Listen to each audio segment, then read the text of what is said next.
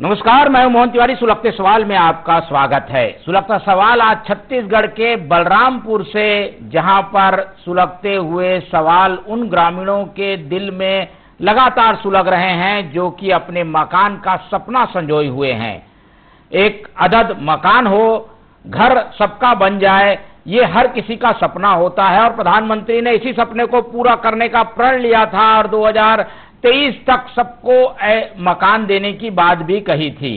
पर ऐसे कई गांव हैं जहां पर अभी भी प्रधानमंत्री आवास योजना का लाभ नहीं पहुंचा है। योजना तो बन गई है पर मकान नहीं बन पाए हैं। और ये अधूरे मकान है क्यों, इस बात की जब पड़ताल हमने की तो चौंकाने वाला तथ्य आया कि प्रधानमंत्री आवास योजना के नाम पर राशि निकाल ली गई, आहरण हो गया, पर हितग्राहियों को नहीं मिला और इसी वजह से मकान अधूरे हैं। बलरामपुर में ये क्या कहानी है, देखिए हमारी रिपोर्ट।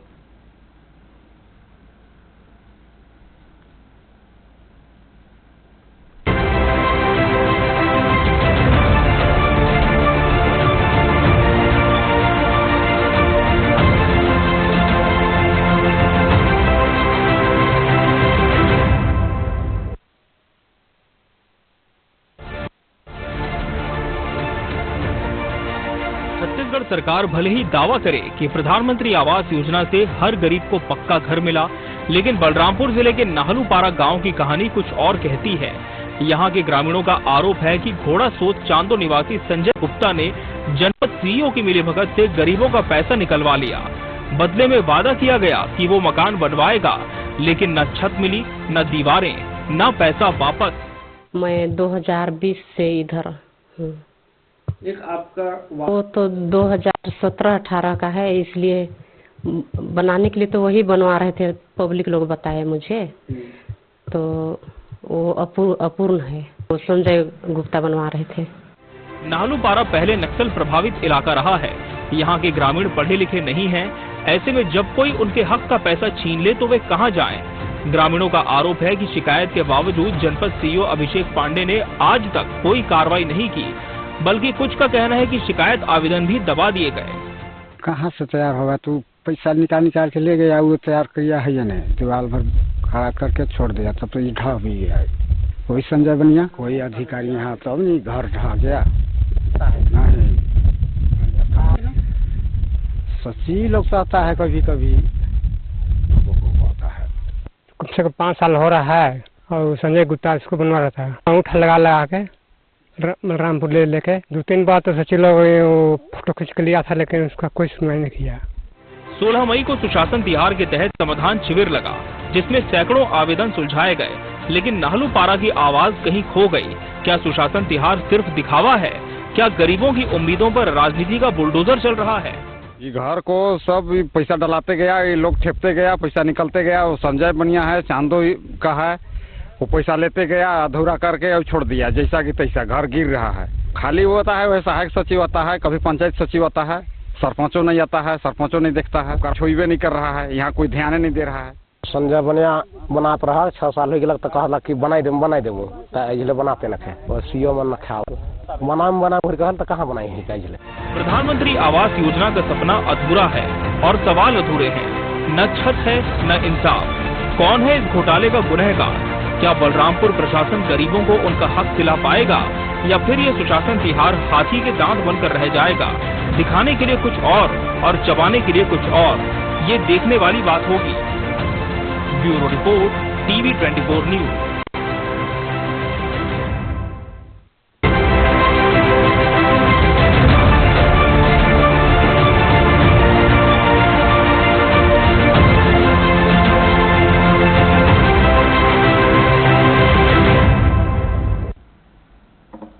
तो देखा आपने कैसे आवास के सपने को तोड़ा जा रहा है।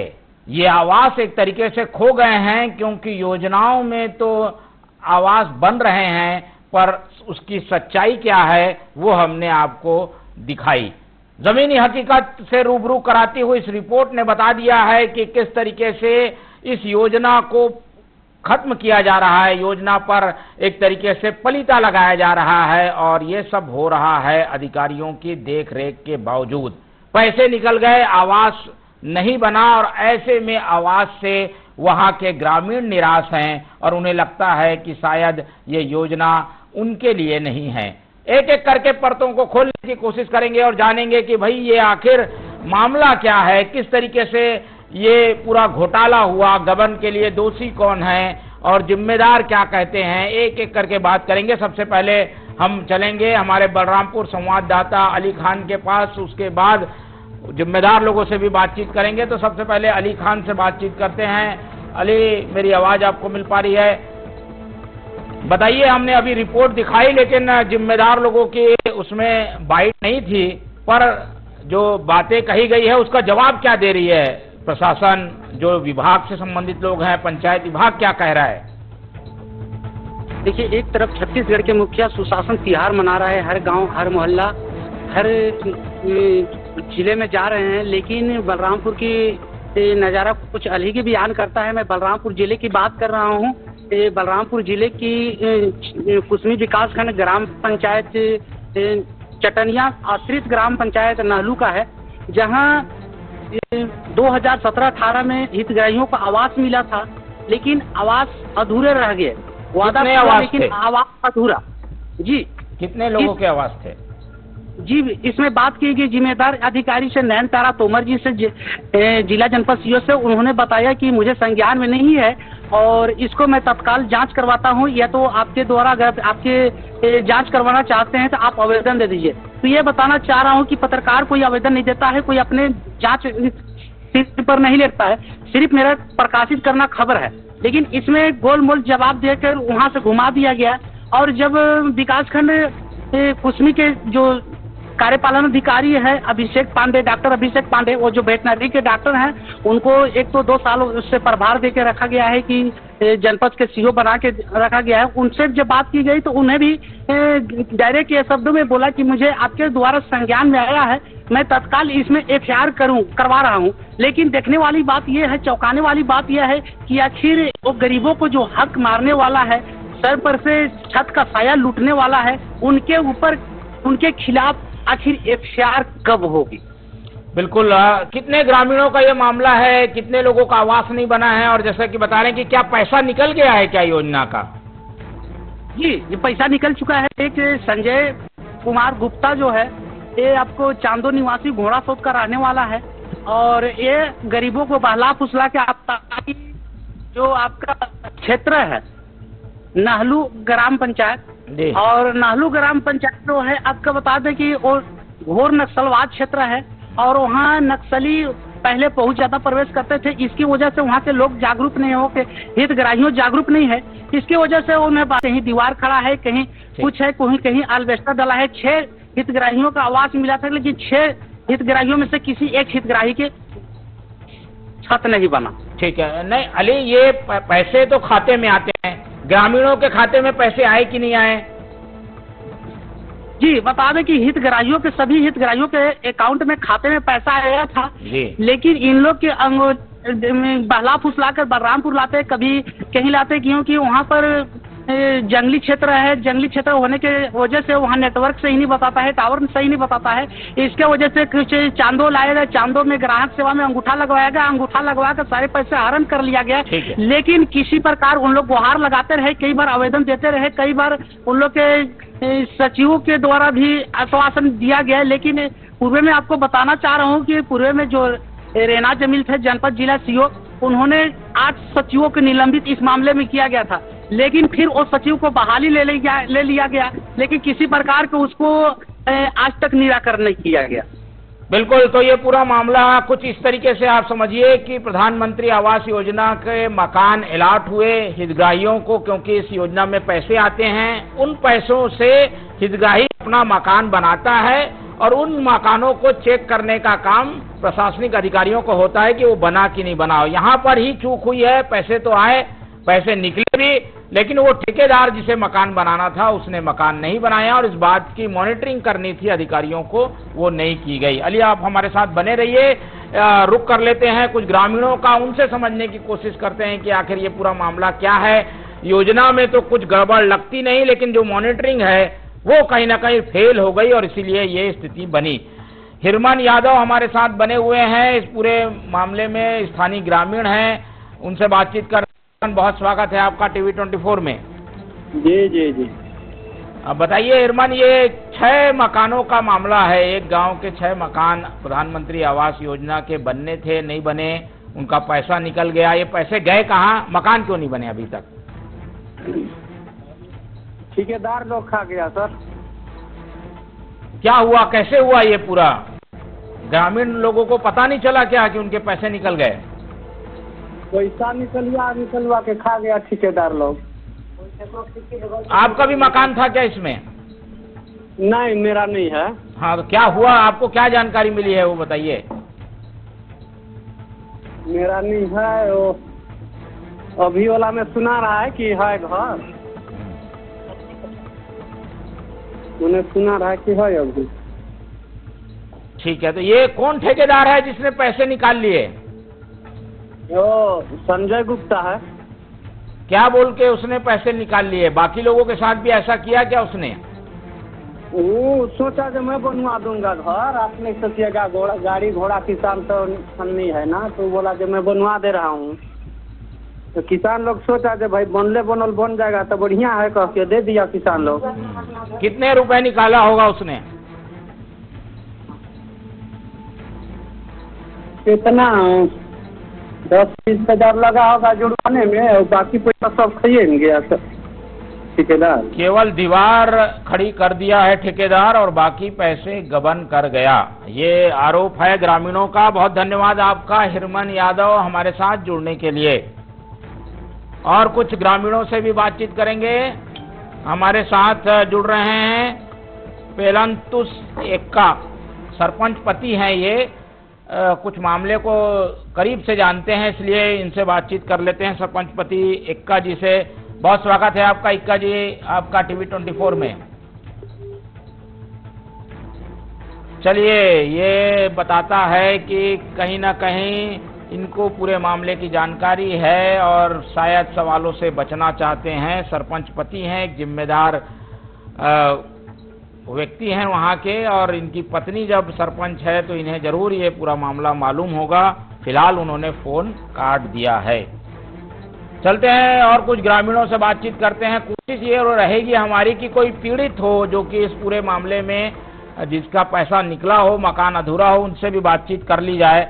कोशिश हम जरूर कर रहे हैं बातचीत करने की, लेकिन संपर्क नहीं हो पा रहा है अंदरूनी गांव होने की वजह से। वैसे बलरामपुर पूरा जो इलाका है वो कभी नक्सल प्रभावित क्षेत्र रहा, और ये जो गांव है वो खास तौर पर नक्सल प्रभावित इसलिए रहा क्योंकि यहाँ से कुछ नक्सली करीब 15-20 साल पहले निकले थे, ऐसी जानकारी है। और इसीलिए ये गांव अछूता रहा, यहाँ जाना आना कोई नहीं करता था, और इसी वजह से इस गांव में जो अशिक्षा है उसका लाभ कुछ लोग उठा रहे हैं। उसमें एक जीता जागता उदाहरण प्रधानमंत्री आवास योजना का हमें देखने को मिला। योजना काफी बढ़िया है, पर योजना का जो पैसा है वो कैसे दुरुपयोग होता है वो इस पूरे प्रकरण से हमें पता चलता है। प्रधानमंत्री ने तो सोचा होगा कि भाई हम ग्रामीणों को सीधे खाते में पैसा दे देंगे, बीच में कोई नहीं आएगा, ग्रामीण अपना पैसा बैंक में रखेगा और पैसा निकाल कर उससे मकान बना लेगा। पर इससे भी लूप होल निकाल लिया। जो लोग भ्रष्टाचार करना चाहते हैं उन्होंने ऐसे हितग्राहियों को पकड़ा, उनके खाते में पैसे डलवाए और पैसे निकालकर मकान ही नहीं बनाया। ये इसका जीता जागता उदाहरण है। चलते हैं अली खान के पास, एक बार फिर से कुछ ग्रामीणों से बातचीत करने की कोशिश करेंगे। अली, मेरी आवाज आपको मिल पा रही है? हम ये जानना चाह रहे थे कि अब इसमें होगा क्या? ये जो नाम भी सामने आ गया गुप्ता जी जो कि पैसा निकाल रहे थे, उसके ऊपर कुछ कार्रवाई होगी? ग्रामीण चाहते हैं कि नहीं कार्रवाई करना?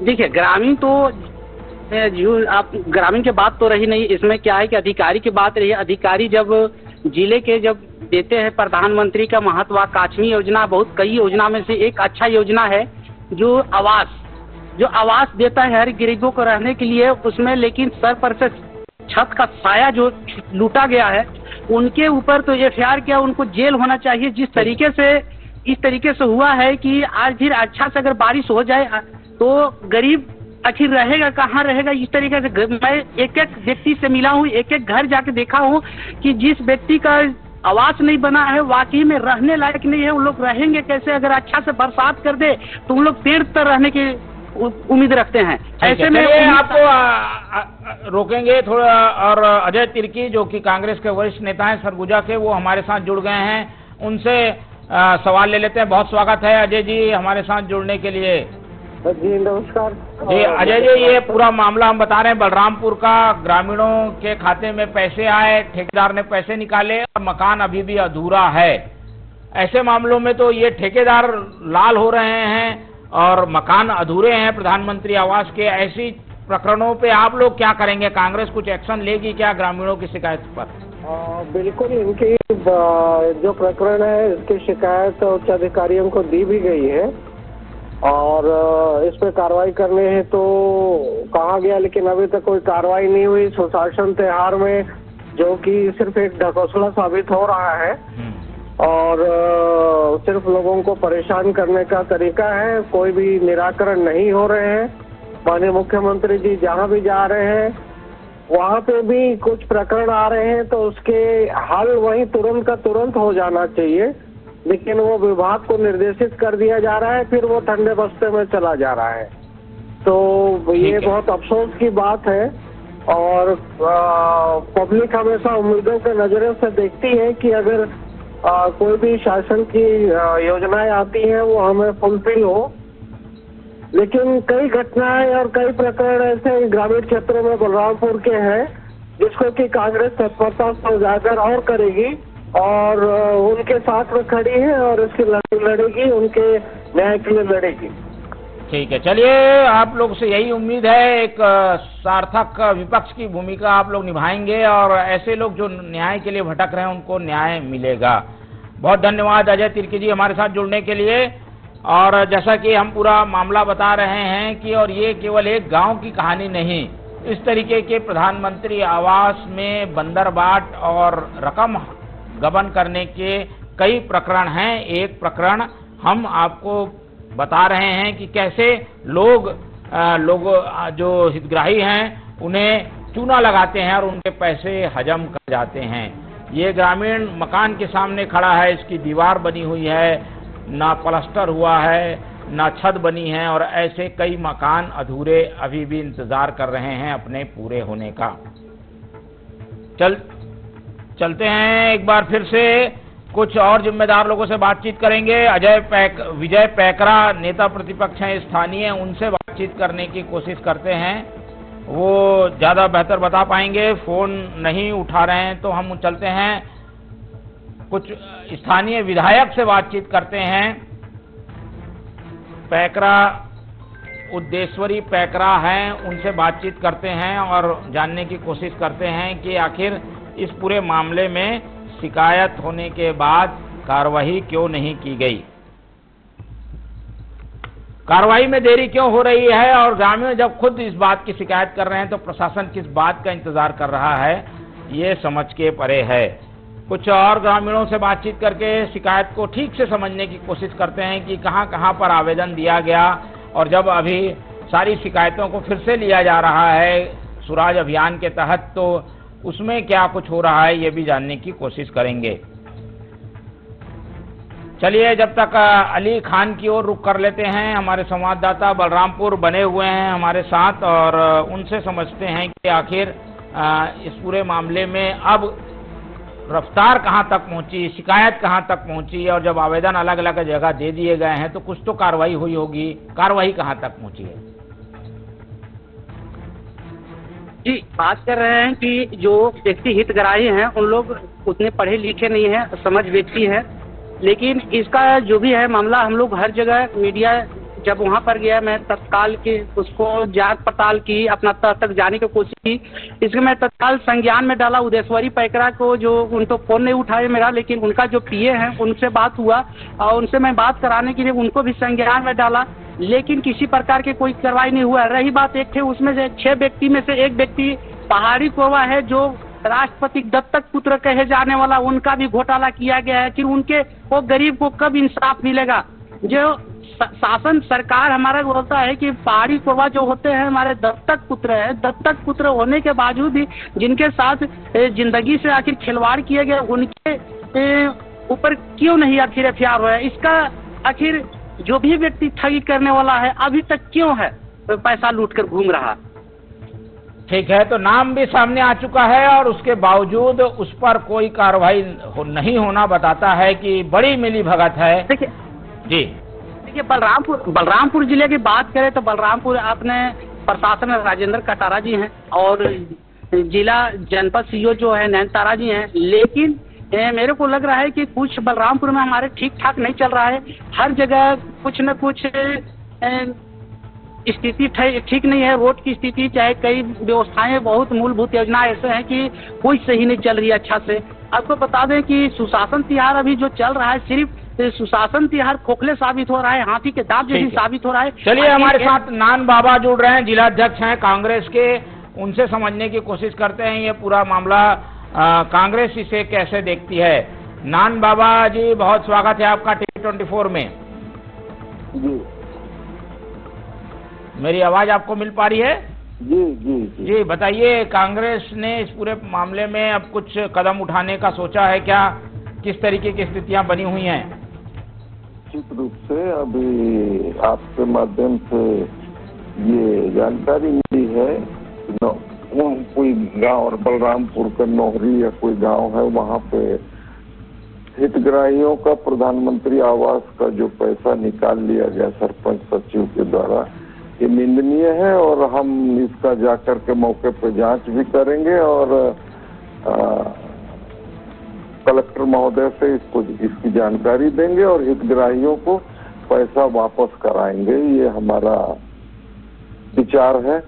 और बिल्कुल, और कांग्रेस तो इस पूरे मामले में पहल कर रही है। बहुत धन्यवाद आपका नान बाबा। और क्योंकि ग्रामीणों के न्याय की बात है, विपक्ष इस पूरे मामले को उठाने की बात भी कह रहा है, लेकिन जिम्मेदार लोग कहाँ हैं? जो लोग जिम्मेदार हैं उन्हें कार्रवाई करने की जरूरत है और उनके द्वारा जब तक पहल नहीं की जाएगी तब तक इस तरीके के प्रकरण में कुछ नहीं हो सकेगा। वहां के जिलाध्यक्ष से भी हमने संपर्क करने की कोशिश की, उन्होंने कोई जवाब अब तक नहीं दिया है। विधायक जो है वो फोन नहीं उठा रही हैं। इसके अलावा सांसद से भी हमने संपर्क किया है और अधिकारियों का तो कहना ही क्या, जैसे ही उन्हें सुनने मिलता है कि प्रधानमंत्री आवास योजना का पैसा गबन हुआ है, फोन काट देते हैं। पता चलता है कि किस तरीके से शिकायत को गंभीरता से नहीं ले रही है प्रशासन, या फिर सब कुछ जानते हुए भी अनजान बनी हुई है, क्योंकि उसे पता है कि शायद वो कार्रवाई नहीं कर पाएगी। इसके पीछे के समझ नहीं आ रहा है, लेकिन ग्रामीणों को न्याय मिले ये हमारी कोशिश है। और ये अधूरे मकान केवल इन ग्रामीणों के अधूरे नहीं हैं, बल्कि प्रधानमंत्री का सपना अधूरा है। प्रधानमंत्री के सपने को पूरा करने की जिम्मेदारी न केवल केंद्र सरकार की है, राज्य सरकार की भी है, जिला प्रशासन की भी है और स्थानीय निकाय यानी जनपद और पंचायत की भी है। और ऐसा लगता है कि इन अधूरे मकानों के साथ प्रधानमंत्री का सपना भी अधूरा है। फिलहाल जिम्मेदार तो फोन नहीं उठा रहे हैं, लेकिन हम ये सुलगता सवाल छोड़ जाते हैं दर्शकों के बीच कि आखिर इसका जवाब क्या है। आवास से अगर लोग निराश हो जाएंगे तो फिर वो कहां जाएंगे? इस पूरे मामले में हमारे साथ हमारे संवाददाता अली खान जुड़े, उनका बहुत धन्यवाद करते हुए हम इस पूरे स्टोरी को आज यहीं खत्म नहीं कर रहे हैं, इसका फॉलो अप भी लेंगे। फिलहाल जो ग्रामीण हैं उनका सवाल सुलगता हुआ छोड़ जाते हैं कि उन्हें न्याय कब मिलेगा। आज के लिए इतना ही। अगले बार नए मुद्दे के साथ फिर होंगे आपके सामने हाजिर। तब तक देखते रहिए TV24। रखिए अपना बहुत ख्याल। नमस्कार।